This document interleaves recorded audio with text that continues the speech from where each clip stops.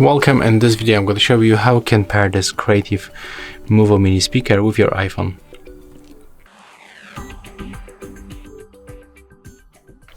So to do this we have to power on our device by using this power button.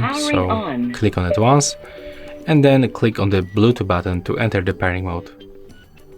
If it is not working, you have to click and hold this button.